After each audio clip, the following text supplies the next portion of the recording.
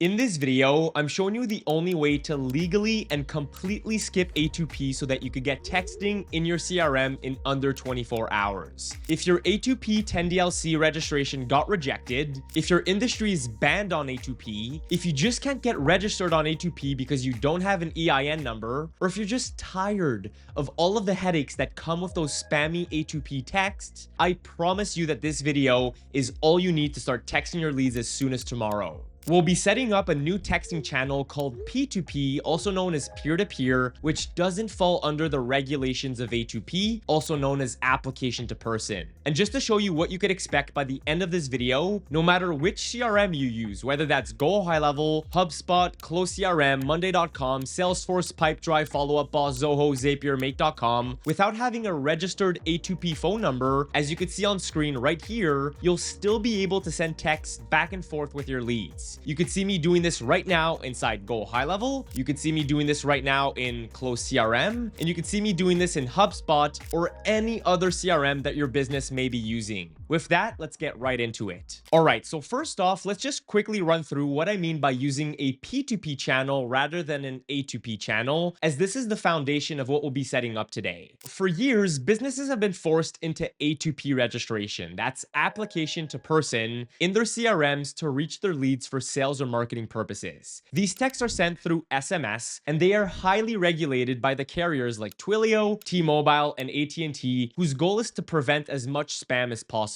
That's until a company called SendBlue introduced a P2P texting channel for businesses, which doesn't fall under the same bracket of A2P texting. It differs from A2P in that it's built around iMessage instead of SMS. And by using iMessage as the texting channel, your texts pass through Apple's private network instead of carrier networks. And because of that, businesses that are normally rejected or banned by A2P because of the industry they're in or because of the keywords that they use, well, they could use SendBlue to send text to their leads without any of those restrictions. And just keep in mind that even if your leads have Android phones who can't receive iMessages, SendBlue will automatically detect those people and fall back to sending standard SMS texts so that all of your leads still get messages regardless of what device they're on. So step one of getting set up on a P2P channel to start texting your leads is to download the SendBlue extension in the Google Chrome web store. To do this, make sure that you're on a Google Chrome tab and head over to the Google Chrome web store, search for SendBlue, and click on install. You'll see this a little later in the setup, but for the moment, just know that this will add a small phone widget to your CRM so that you could get a real texting experience. From this widget, you'll be able to send texts back and forth straight from your CRM with your leads, and also send things like videos and voice messages if you wanted to. Step two of the setup is getting one or many phone lines activated for your business. And no, this doesn't require registration or a wait period. It just requires you to tell us how many new leads you want to be texting every single day. Here's an easy way to figure this out. For every 50 new leads or new conversations that you want to have per day, SendBlue will assign one phone line to you. So if you're getting 100 new leads through ads every day, you'll need 2 phone lines. And if you're getting 200 new leads that you want to text per day, you'll need 4 lines.